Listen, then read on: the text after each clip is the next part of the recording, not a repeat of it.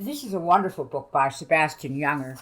It's called Freedom, and it's full of a lot of ideas, considering the fact that throughout history humans have been driven by the quest for two cherished ideals, community and freedom, and the two don't coexist easily.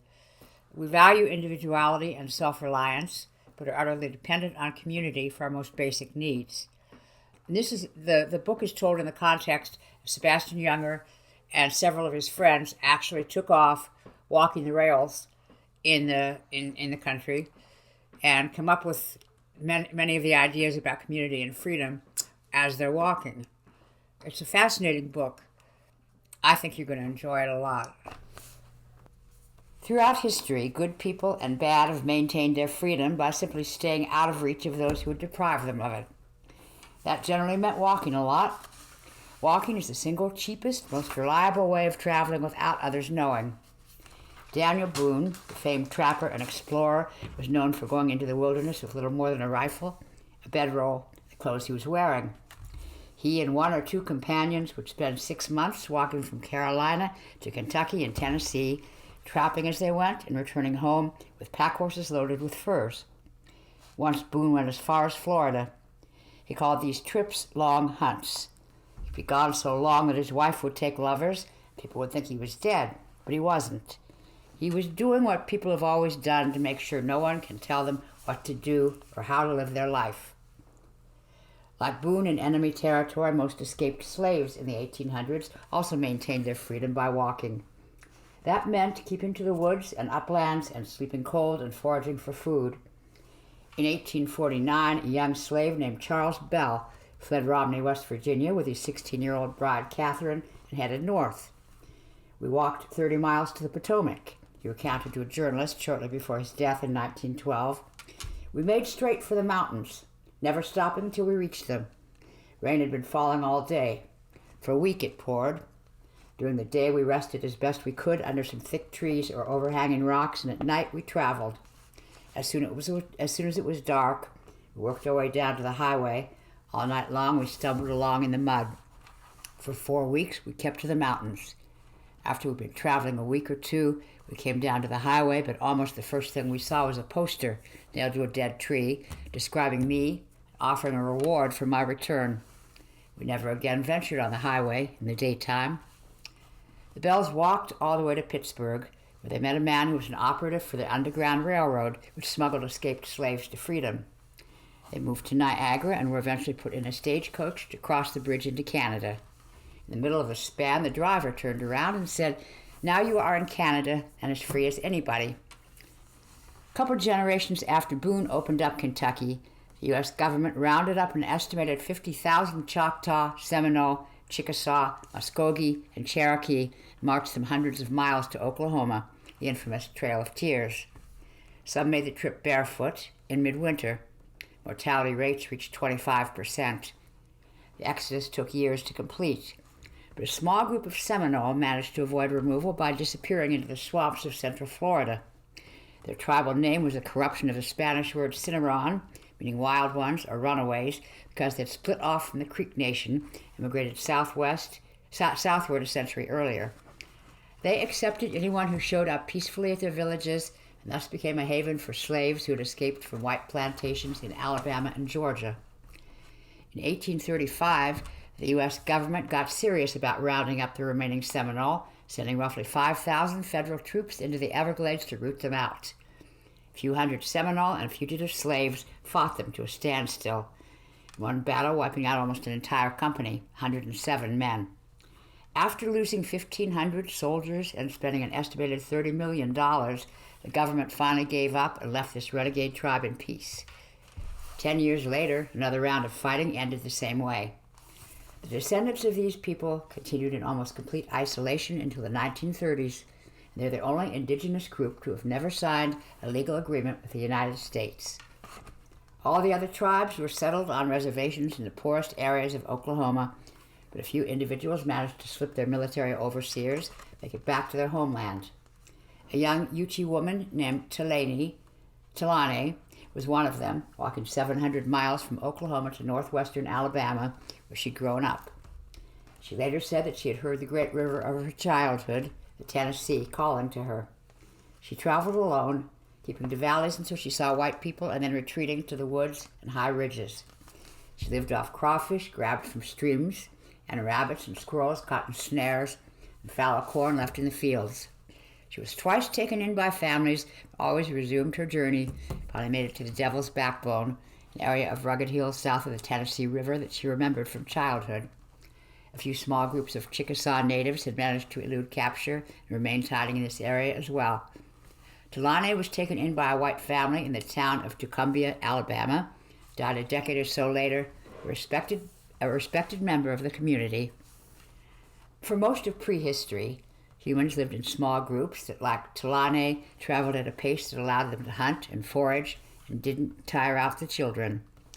They rarely encountered other groups. Their struggle was mostly with the natural world, not with each other. It was a hard but fairly egalitarian way of life that originated in Africa hundreds of thousands of years ago, eventually spread across Mesopotamia, Europe, Asia, and into North and South America over the Bering Strait. The first sedentary communities were established around 10,000 years ago in Mesopotamia, where Neolithic hunters began to plant wild grains like wheat and barley. Farming requires an organized labor force, but can support large numbers of people in a small area. Within several thousand years, massive population centers had sprung up. One of the first cities in the world, Uruk, had a huge standing army, as many as 40,000 people within its great walls. To hunters and shepherds, farming must have seemed unheroic and dull. To farmers, hunting must have seemed like a gambit to avoid hard work of tilling fields and digging irrigation ditches. Nomads tended to keep to marginal, rocky land that could never support crops. One can imagine Neolithic farmers looking out at the dead mountains around them, being thankful as they passed their lives in one place, didn't have to continually search for food. One can also easily imagine, hunters and shepherds watching men plow fields in the hot sun and thinking that such a life was a kind of servitude. It was better to risk starving in the mountains than to eat well on the plains.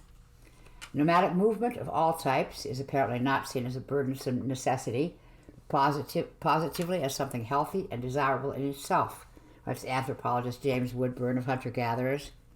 Most important is the way that such arrangements are subversive for the development of authority. Individuals are not bound to fixed areas. They are able to move away without difficulty at a moment's notice. Adults of either sex can readily, if they choose, obtain enough food to feed themselves and are potentially autonomous. Although wealthier and more stable, sedentary societies were often beset by an odd inferiority complex. The biblical story of fratricide, Cain is the firstborn son who has inherited all his father's agricultural land. Abel is a wanderer who tends his flocks in the wilderness. When it comes time to make a sacrifice to God, Cain can only offer vegetables, while Abel has a fat sheep. Consumed with jealousy, Cain kills his younger brother, leaves his body in a field. The Lord says that Abel's blood cries out from the soil for vengeance. Cain will no longer be able to make his living from that soil. He must wander the earth, cursed among men, rather than free among the animals as Abel had been. The sedentary world always looked at the nomadic world with a combination of suspicion and envy, says nomadic scholar Paulo Ogunbein. The Greeks considered their surrounding people barbarians. They also had the idea that they had a fair society, lived in contact with nature peacefully, kind of proto-communism. There doesn't seem to be much self-doubt among nomadic people, however. In fact, one may be able to gauge the value of freedom by the level of contempt with which mobile societies held sedentary ones. I do not have a mill with willow trees. I have a horse and whip. I will kill you and go. Yemen's tribesmen of northern Iran were fond of boasting. Mass societies have come to dominate the world by virtually every measure. They require such high levels of obedience, sometimes even their own citizens balk. Once you've spent years digging irrigation ditches or picking stones out of a wheat field or working at a law firm, you have almost no leverage with which to insist on your autonomy or anyone else's. The choice is to either rise up or submit. Many hard-working people understandably choose to submit. The sense of superiority often held by mobile societies stemmed in part from their warlike culture. Nomads tend to have strong warrior traditions, which young men who are initiated together must protect their own herds and raid outside for animals, write scholar Alan Johnson and Timothy Earle. Sheep and cattle disperse across far too much land to be monitored, so herding societies often depend on a reputation for ferocity and revenge to keep people from stealing them. A wheat field is almost impossible to steal, so farming societies can afford to be much more docile. The domestication of the horse only amplified this split. Mounted nomads such as Genghis Khan's Mongol horde could move so quickly and attack so unexpectedly, even heavily fortified societies in China and Europe were at pains to defend themselves. And nomads had an intimate knowledge of the natural world that made them almost impossible to pursue and defeat. Their traditional way of life necessitated a keen ability to understand animals, to navigate by stars, to read topography, to interpret the faces of strangers, and to memorize oral literature, writes anthropologist Jack Weatherford. And Eurasian nomads also imposed fewer social restraints on women. Even the highest leaders, such as Genghis Khan, explained away female infidelity and allowed the incorporation of children into families, no matter who fathered them. The result was that nomadic society was far more appealing to the settled world than vice versa, particularly among the poor and disenfranchised. Chinese officials dismissed the Mongols as thieves and barbarians, but in truth, they had a hard time keeping their own citizens from fleeing to the steppe. Some scholars, including Weatherford, believe that the Great Wall of China was built so much to keep their own people in as to keep the barbarians out. The very qualities that made nomadism so alluring also made it incapable of governing well. However, eventually a kind of stasis developed across Central Asia. Nomads roamed freely through land they could never really control, and settled societies controlled land they could never really leave. Empires paid nomads to not attack them, and nomads depended on empires for skills and trade goods that they could never develop on their own. Still, nomads shooting recurved bows from nimble little steppe horses had an ability to terrify people that far exceeded their military prowess. In the 6th century BC, King Darius I of Persia led the most powerful army of antiquity against the Scythians, a nomadic raiding culture at the edge of his empire. In military terms, the Scythians didn't have a chance. They didn't seem to know that. As the two armies faced each other across the battlefield, the Scythian warriors noticed hares in the underbrush and started hunting them. This act so unnerved Darius that he withdrew his armies under cover of night. The Scythians weren't invincible. Their relationship with death was different, said Ogenberg. A Scythian fighter doesn't give up hunting a hare even if he is about to die, an incomprehensible thing for a Persian. We were not nomadic horsemen. We were men on foot moving through a land designed for cars and trains. It's easy to imagine we had nothing to do with the colossus around us.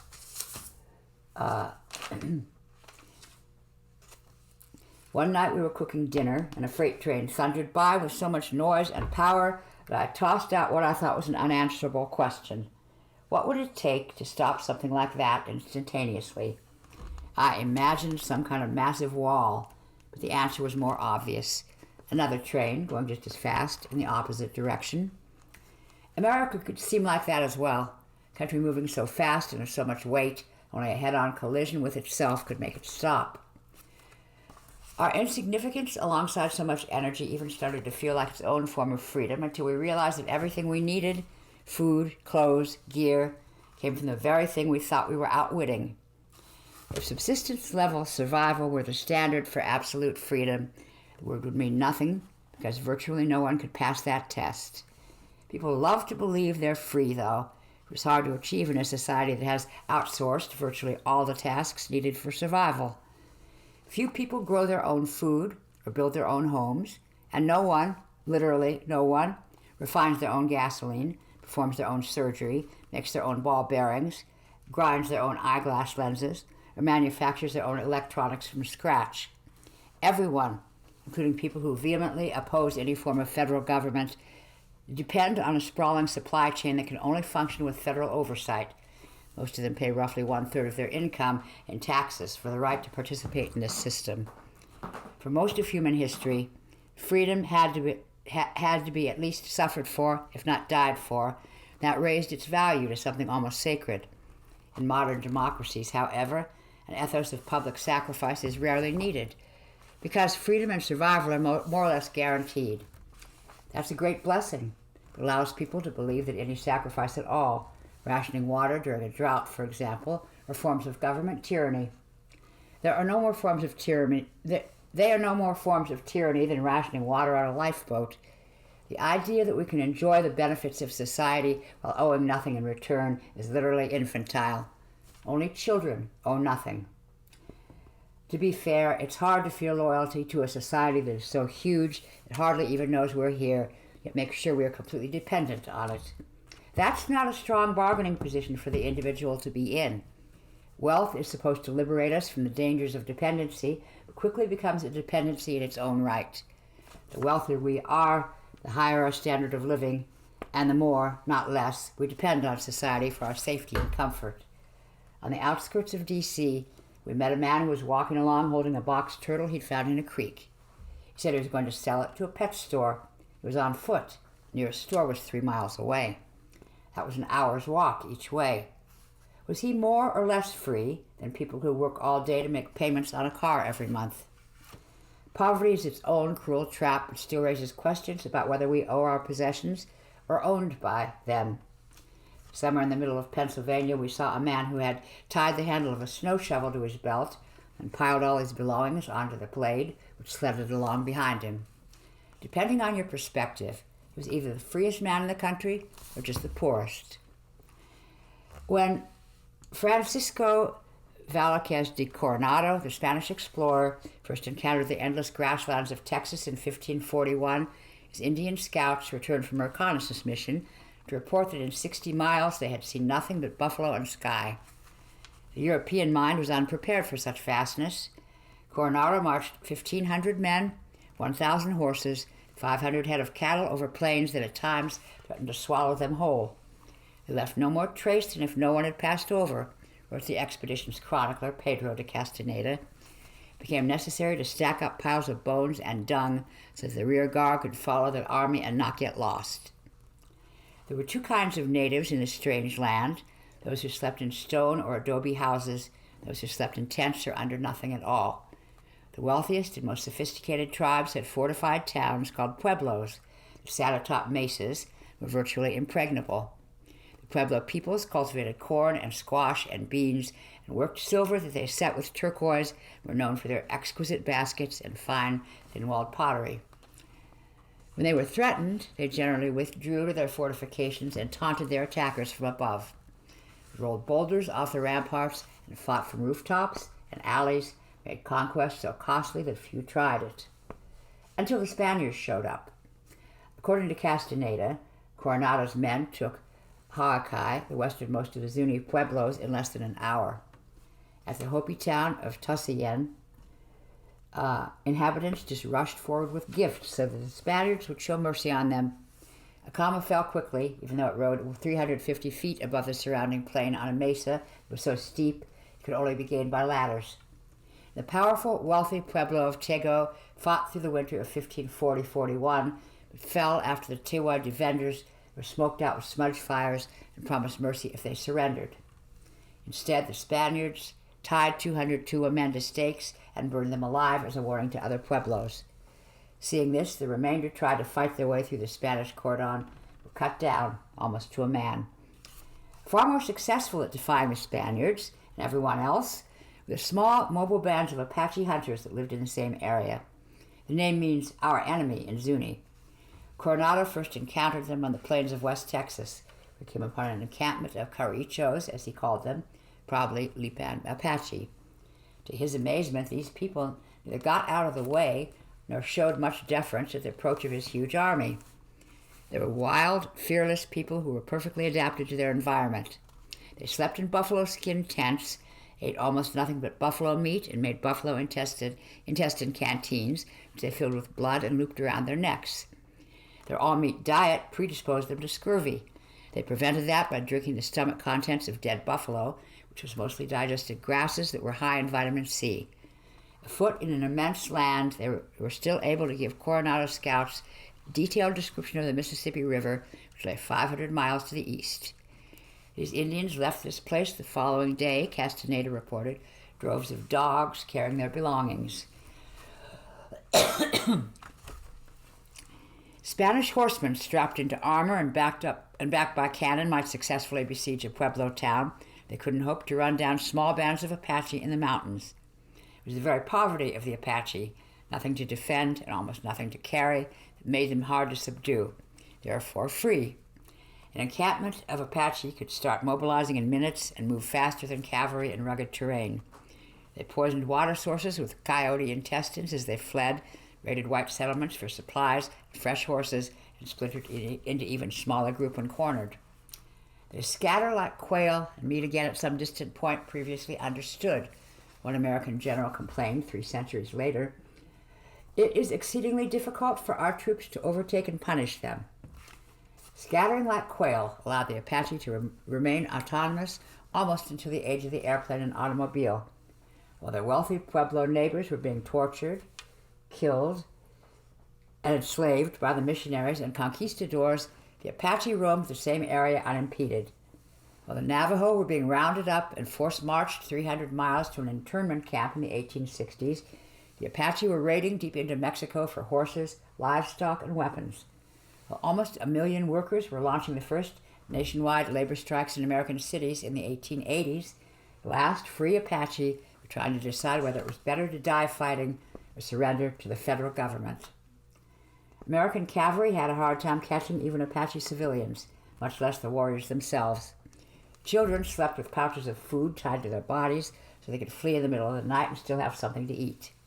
Girls performed hard labor and trained on weapons just like the boys so they could run or fight as circumstances required.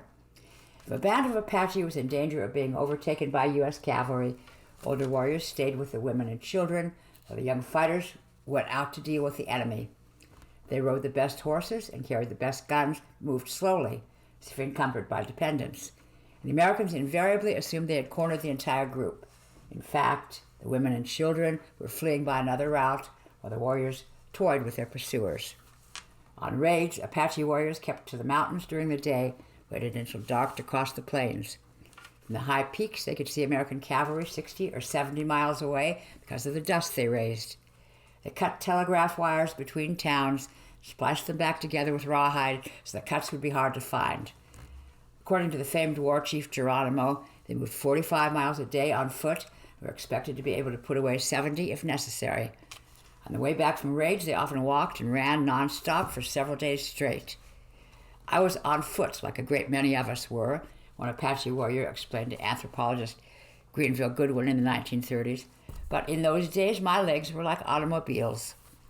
Apache raiders carried little more than weapons and dried food and limited their clothing to moccasin and a breechcloth, an odd assemblage of Western cast-offs. A chief known as Mangus Colorados, colored sleeves, wore a checkered shirt, blue overalls cut off at the knees, and a white straight-brimmed sombrero. The weapons were simple and weighed so little that warriors could easily run with them. Few men carried sandalwood lances tipped with bayonets or sandalwood, and everyone else carried bows or pistols, even lever-action carbines. The bows were made from wild mulberry, strung with deer sinew that was knocked to a reed arrow, flecked with hawk feathers, and tipped with flint or hoop iron, often poisoned. The bows were short and powerful, could drive an arrow through a man or deer, almost to a man standing sideways, according to Goodwin. War leaders were simply men who inspired trust in other men. The Apache word for leader could be roughly translated as dew-trampler, because they walked in front of everyone else, literally shook the dew off vegetation as they passed. A good leader was considered the tactical equivalent of 12 men. His comrades showed him respect by not allowing him to do any camp work while on a raid. During peacetime, however, a war leader was an ordinary person with no special privileges.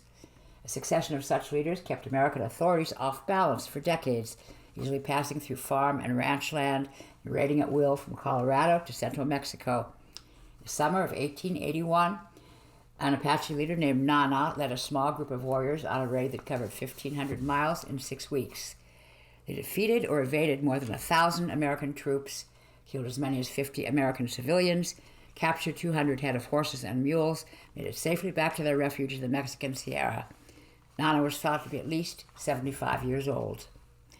Geronimo was the last native war leader of the American continent. He gave himself up at a place called Skeleton Canyon, Arizona in 1886 after a year on the run in the Mexican Sierra. By then, the light bulbs, the telephone, the four-stroke engine, and the machine gun had all been invented.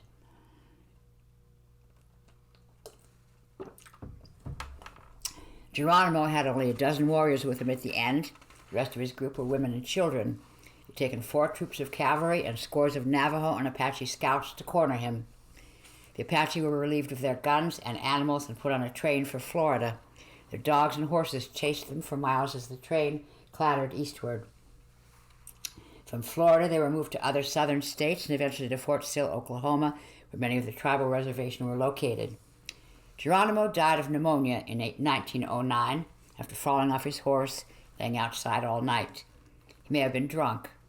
According to Geronimo's nephew, his last words were, "I should have fought until I was the last man left alive." That honor belonged to a Yahi man known as Ishi, who walked out of the chaparral-choked canyons of Mount Lassen, California in 1911. He was emaciated and wrapped in a scrap of covered wagon canvas, had collapsed at a slaughterhouse outside the small town of Oroville. The butchers were woken at dawn by dogs barking, ran outside to find Ishi cornered in a corral. They called the local sheriff on a telephone and told him they were holding a wild man. Sheriff J.B. Weber and his deputies showed up with their guns drawn. Ishi was the last member of his tribe. He was born in the early 1860s during an era of horrible attacks and counterattacks almost wiped out the Yahi population.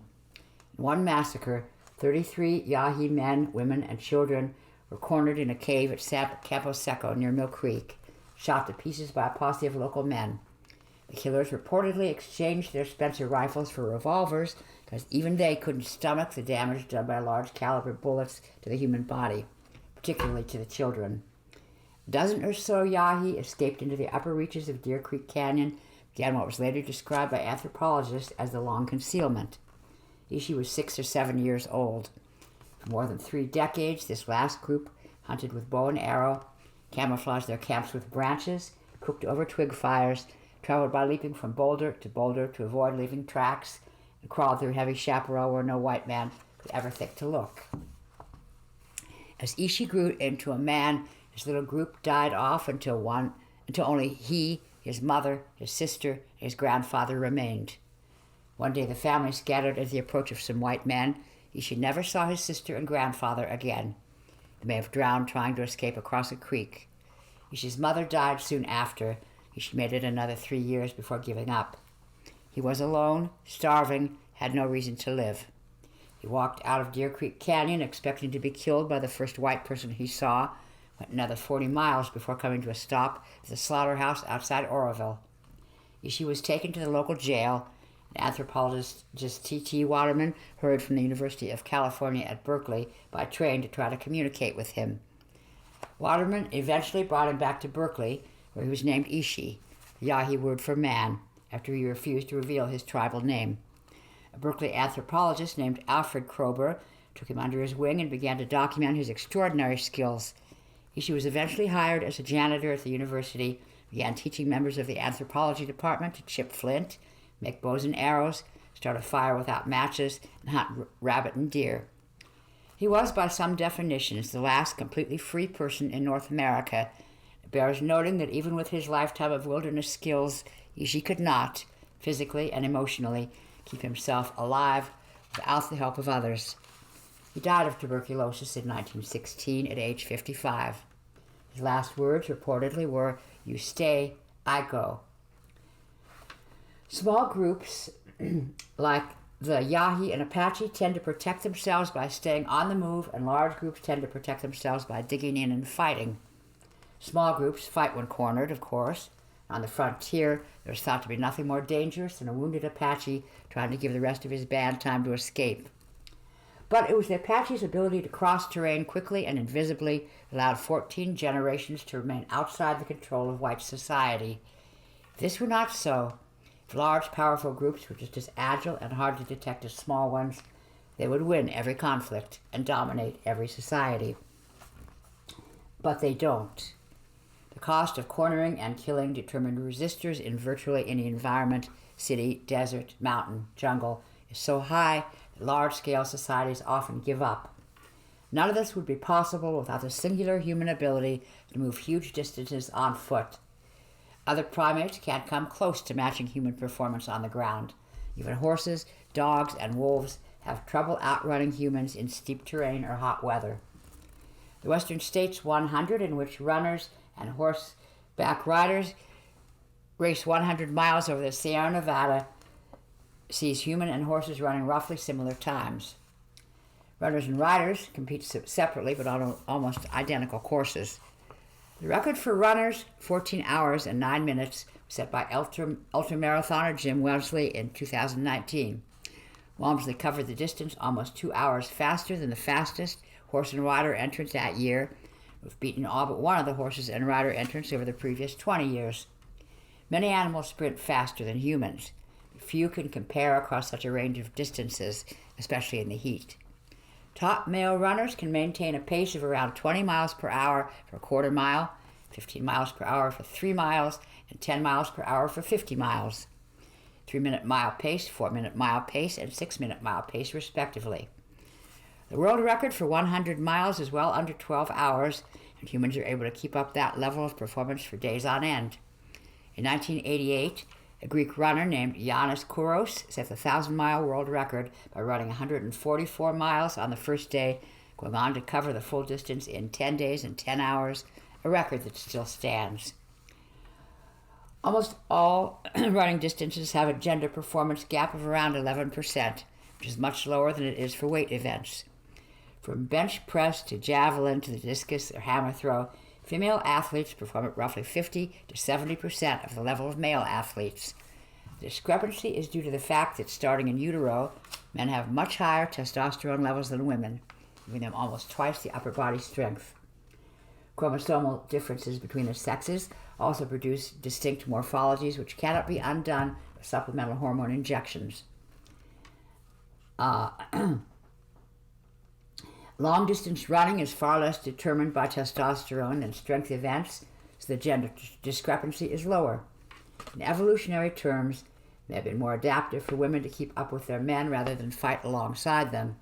The sexual division of labor is a human universal. In every society, women perform the majority of child care, and men perform the majority of group defense. Changing the dynamics may well promote greater freedom and equality, but throughout human history, women's ability to run long distances means that entire communities could be on the move without sorting by gender the tactical problems that could create. One of the adaptations that makes such endurance feats possible, psychologically, is the ability to experience time and effort in a variety of ways. Exertion causes the brain to release endorphins that mask pain and are mildly narcotic, and the repetitive nature of running or walking can lull the mind into a kind of hypnosis. Young children fall asleep very quickly in the arms of someone who is walking, or in anything, like a mechanical rocker, mimics the human gait. The athlete who is deeply locked into a long-distance cadence can cover 10 or 20 miles without seeming to expend much effort. In such a state, running can feel almost as easy as walking or riding a bicycle. And the body does not decline at a steady rate during all-day runs, rather goes through cycles of discomfort, agony, something bordering on intoxication. This means that however much a runner might be struggling a mile from now, or 20 miles, she might be feeling great again.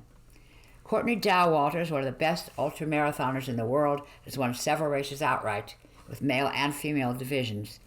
Dowalters' longest run is 279 miles, which she completed in 67 hours. She believes she can run 400. She's run all night and been surprised by how far she has gone. She's run a mile and been stunned by how hard it was. Daybreak often brings a temporary sense of optimism and energy, and nighttime can bring the opposite, fatigue and depression and even hallucinations. Some hallucinations are actually dreams that occur when the mind grabs moments of sleep during a run.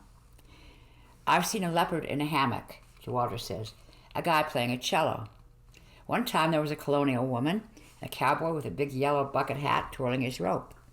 Once there were white cats all over the trail. I was trying not to step on them. Fit people obviously outperform unfit ones. but their minds are also better adapted to stress. A study from 2012 put 3 groups, U.S. Marines, elite athletes, and ordinary people, into MRIs and gradually reduced their oxygen supply. While this was happening, the subject performed cognitive tests. MRIs are loud, intimidating machines, often trigger claustrophobia. Having one's air supply reduced in such a situation would add enormously to this stress. As expected, the control group performed worse on the cognitive tests as their air supply dwindled, but the Marines and elite athletes performed better. Their minds responded to the threatening stimuli by focusing even more intently on the task at hand. In societies like the Apache that expect almost everyone to run or walk all day long, this elite response to stress might be so widespread as to be utterly unremarkable.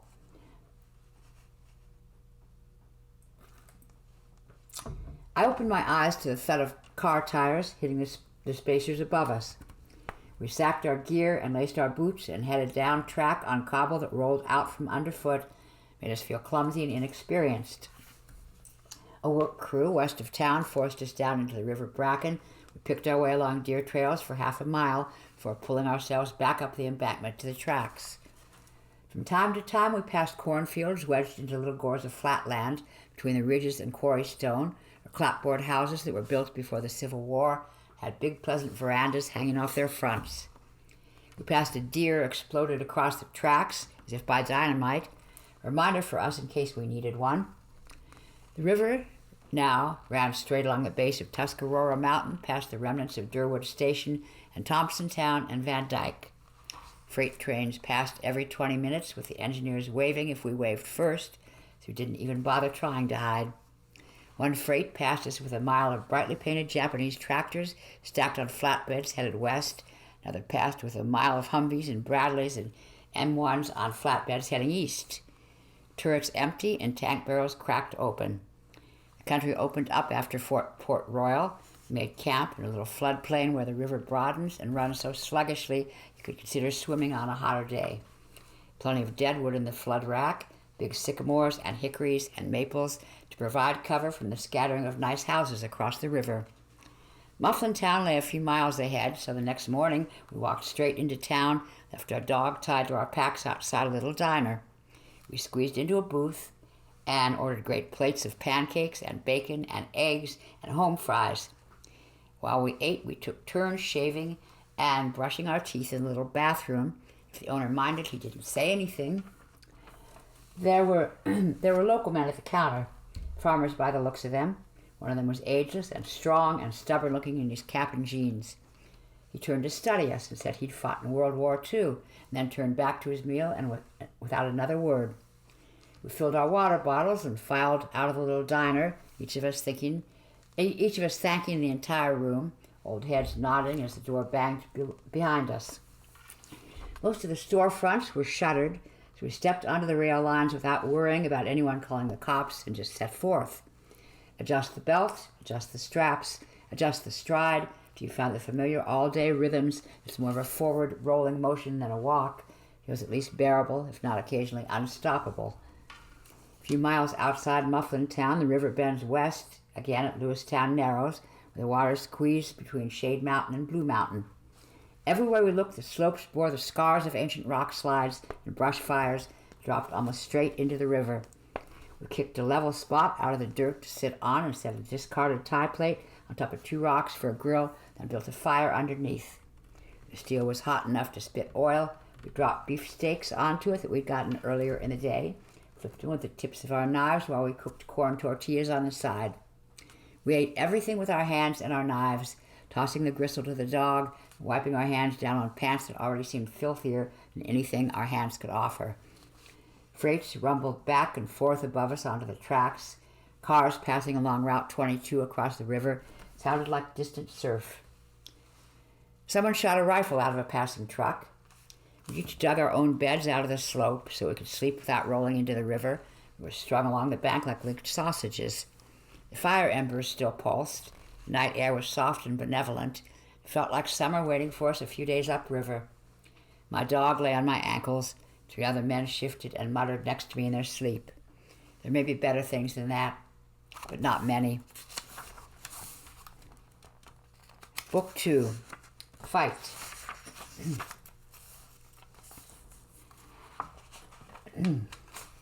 The first white immigrants into the Juniata spoke little, if any, English, knew no more about the wilderness than what could be transported from the rural life in Europe.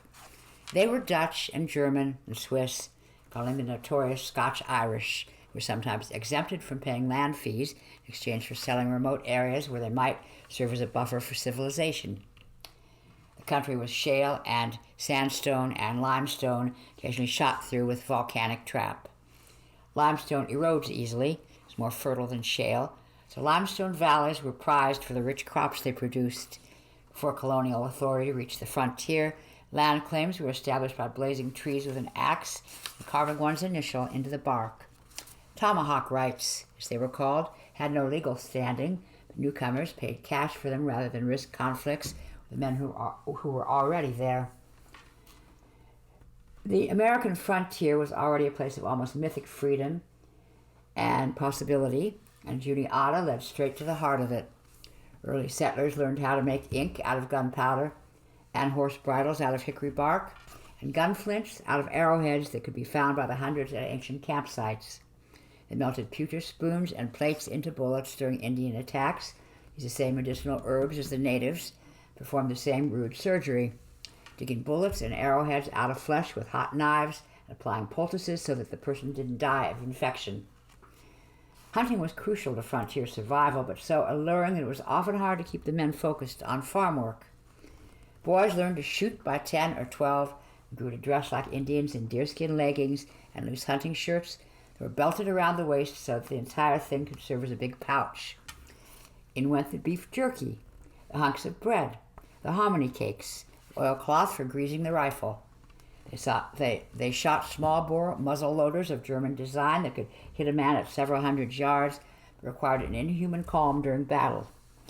Reloading meant pouring a measure of powder down the barrel, following that with a lead ball patched with oilcloth, driving it home with a ramrod, tapping more power into the pan, and snapping the frizzen shut. The guns were accurate because they were long, up to 6 feet. Some men learned how to reload them at a dead run.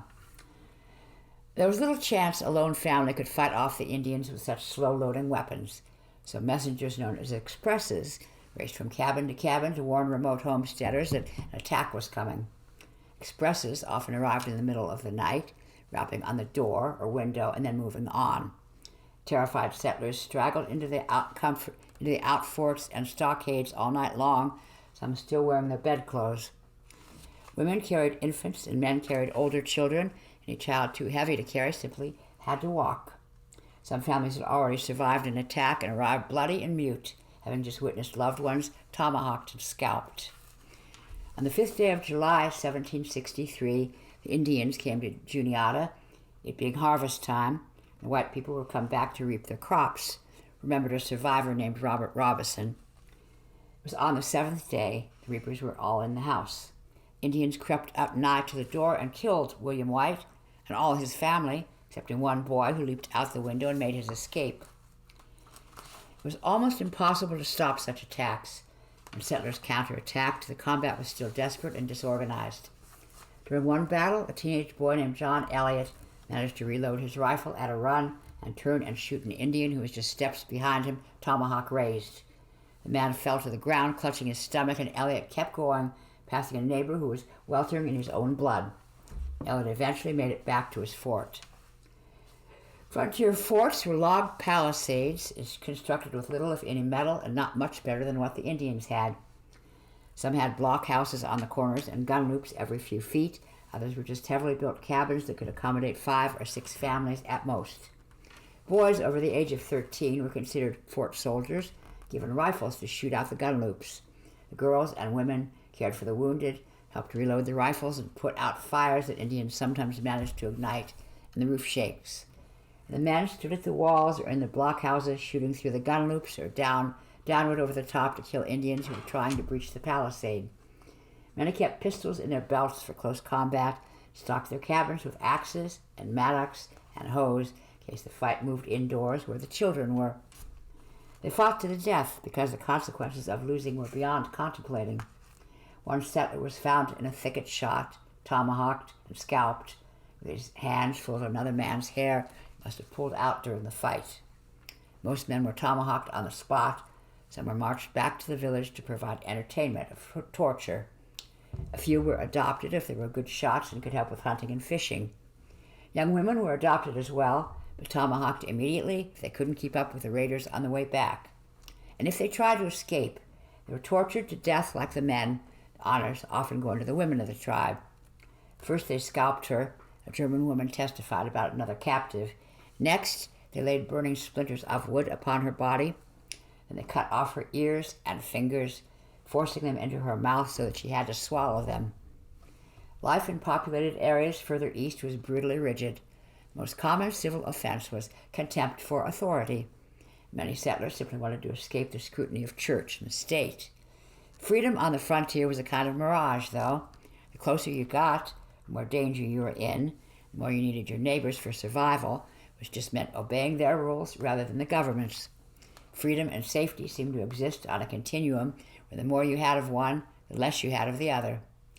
There was neither law nor gospel, recounts an early settler named Joseph Doddridge about frontier society. In a sparse population, where all the members of the community are known to each other, every man capable of bearing arms is considered highly valuable, public opinion has its full effects and answers the purposes of legal government. Any man who refused to help fight was shunned by the community. Even failing to carry a rifle and tomahawk was cause for censure. If such a man were not yet married, there was little chance he ever would be. Theft was judged by a jury of the neighborhood, which usually imposed a sentence of flogging and banishment. Women who spoke ill of others were informed that they could say whatever they wanted, but could never again be believed on any matter whatsoever. And unresolvable conflicts between men were usually settled with fistfights that had no rules other than prohibitions against weapons and eye gouging.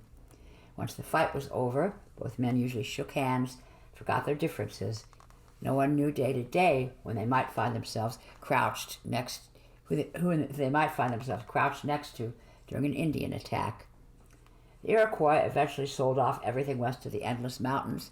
By 1790, the last Shawnee and Delaware had been pushed over the Alleghenies, and the great land lay open to settlement. Whites quickly carved up the rich limestone valleys that intersected the Juniata, the Licking and the Kishkale and Lost Creek Valley, and the long, broad Tuscarora.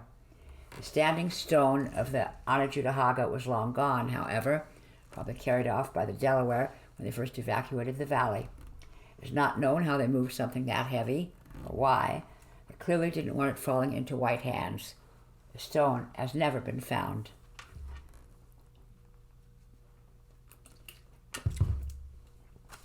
We walked out of Lewistown Narrows on a hot April day. The train laid down as it ran west until the Alleghenies were just a distant presence at the edges of the farmland. From a hilltop,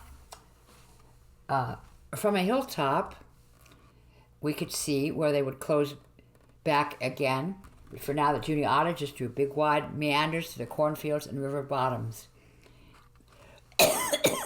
The rail lines had an ample maintenance road, and trestles 100 yards wide meant we didn't have to worry about what was bearing down on us when we crossed the river.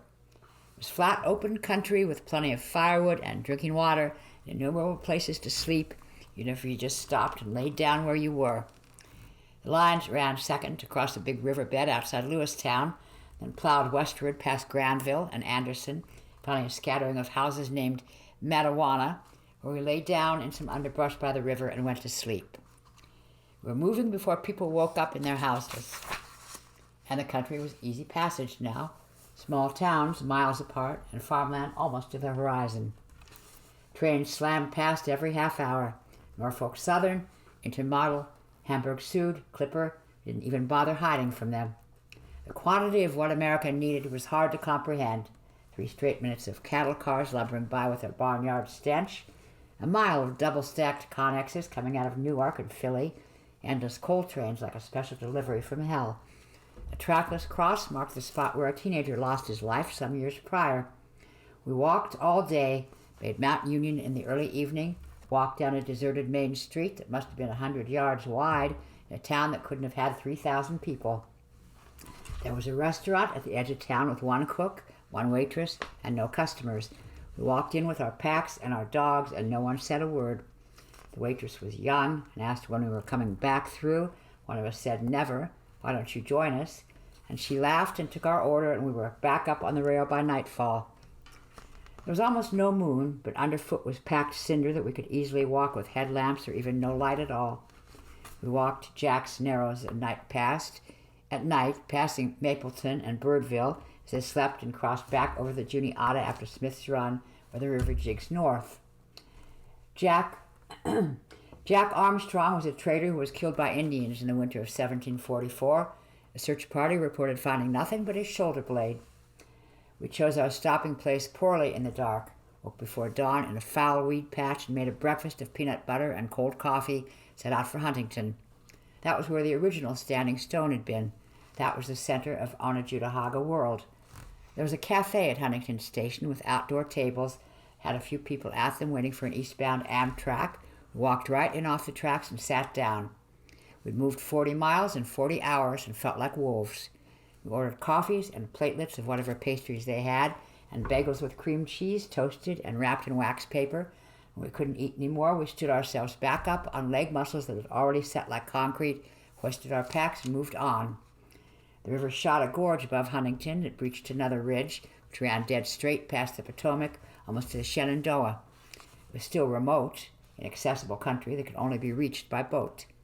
From time to time, we passed someone's fishing camp, usually a tent or tar paper shack, sat just above flood stage, with a spring-shot armchair or couch moldering in front of a fire pit.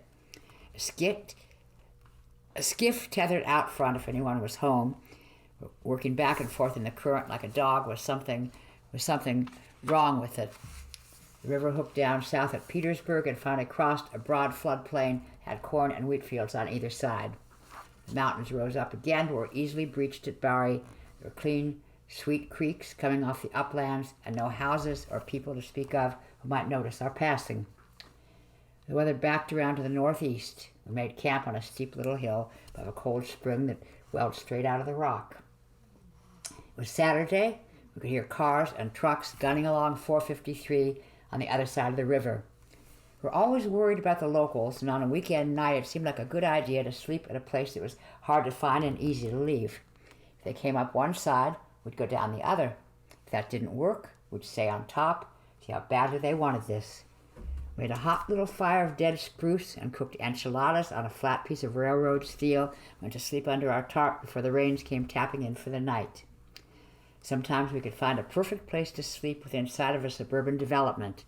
We'd use the red filter on our headlamps so no one would see us. Sometimes wide open country would give us nothing but rocks and corn stubble. South of Havre de Grace, we walked half the night without finding a good spot.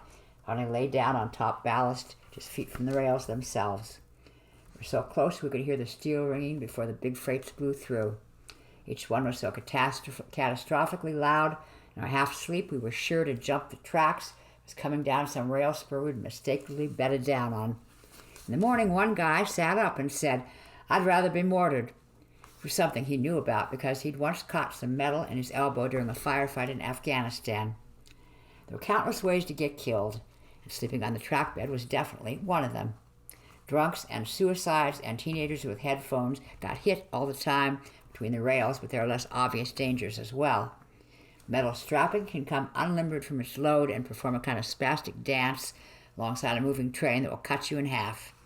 Steel wheels going 140, bearing many tons of weight, can shoot chunks of rock sideways off the rails like bullets. Cargo dangles and flails and falls from cars. Engineer was almost killed by a piece of timber that worked loose from its load, came straight through the cab from an oncoming train. He survived by dropping like a boxer under a right cross. The towns, the cops, the freight companies, no one wanted us on the lines, which is understandable. In fact, over the course of 400 miles, we failed to come up with a single moral or legal justification for what we were doing, other than the dilute principle that we weren't causing actual harm, so we should be able to keep doing it. The best way to not get caught was to not be seen. Most of the time, that was surprisingly easy. If you hear a train, step into the underbrush. If you're walking up on an overpass or grade crossing, put the binoculars on to make sure no one in uniform is waiting for you. there's nowhere to hide when a train comes through, wave at the engineer. If he doesn't wave back, assume he's going to call you in. If he calls you in, hide in the woods and smoke a cigarette or boil some coffee till the cops roll past. If the cops roll past in one direction, they're going to roll back in the other. If an hour goes by and they still haven't come, you can take your chances and step back onto the rail. You can wait until dark. Then you can do whatever you want because everything that moves faster than you out there must use headlights, and those can be seen a mile away. There are disadvantages to moving 3 miles an hour in a world that's mostly going 70 or 80. There are also advantages. You can hide virtually anywhere. You'll probably see everyone else before they see you. Your largest vulnerability is someone coming from behind. You can have everyone glance backward regularly on their own initiative. That kind of random surveillance is almost impossible to defeat. We got good at staying out of sight, but still had our close calls. A day south of Wilmington, the maintenance crew rolled up on us from behind. The foreman told us to get off the tracks. 20 minutes later, we watched from the woods as 2 Amtrak cops churned past in an SUV. We paralleled the tracks slowly through the woods for the rest of the day and made up our mileage at night. And one night north of Baltimore, we were walking late to avoid the heat. Suddenly the darkness was filled with lights and sirens and the heavy whop, whop, whop of a helicopter at low altitude. There wasn't much we could do but crouch down in tall grass, hope they didn't have infrared. We watched a cone of light wobble toward us and pass within 100 feet before continuing on up the line. Came back later to rerun its grid, but by then we'd laid back and gone to sleep. Got up a couple hours later and hoisted our bags and staggered off like exhausted drunks. We didn't know how much trouble we were in, but wanted to make sure we were outside their search grid before people went back to their desks in the morning. By definition, everyone we met on railroad property was breaking the law, as they tended to be either very friendly or very guarded. Once we saw a guy step off the track bed when he spotted us and carefully fit a pair of gloves onto his hands. He then pulled something out of his rucksack and slid into his back pocket and dropped the ruck on the ground and waited. Gave himself as much standoff as possible and stood watching us carefully and not smiling. His right hand stayed by his waist. His left hand held a 3-foot length of rebar with a U-shaped fixture welded to the bottom. We stopped to talk so he wouldn't think we'd seen his gun. Said he was a snake catcher. This was his snake iron, and he walked the lines every day looking for snakes. He didn't say what he did with them or how he made a living from it, and I didn't ask. He added that he was new in town. If he packed up and disappeared overnight, no one would even notice, which I took to be a warning. I said goodbye. We were out of pistol range. I turned to look, and he was still standing there with his snake iron, staring. The railroad lines we followed were there because that's where the settler roads had been. The settler roads were there because that's where the Indian trails had been. The Indian trails were there because 250 million years ago, the Juniata River had sawed her way through the shale and limestone strata of that country faster than tectonic forces could lift them up. Harder stone, such as granite, diverts rivers and creates barriers that people generally have to go around.